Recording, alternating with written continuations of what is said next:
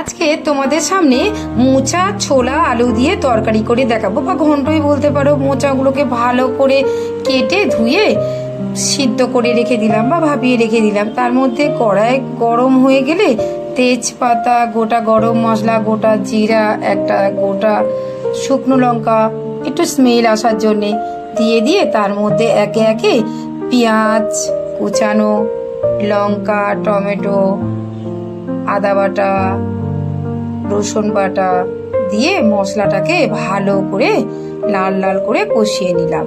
তার মধ্যে অল্প করে লবণ, হলুদ, ধনিয়া, জিরা, একটু কালার আসার জন্যে লাল কাশ্মীর গুঁড়ো লঙ্কা, চিনি দিয়ে কষিয়ে নিলাম।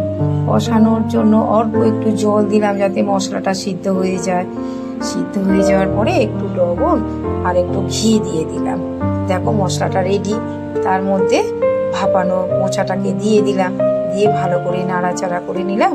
দেখো আমার কিছুক্ষণ ঢাকা দিয়ে রেখে নামাবার একটু আগে ঘি আর গুঁড়ো গরম মশলা দিয়ে নামিয়ে নিলাম। দেখো রেসিপিটা ভালো লাগবে।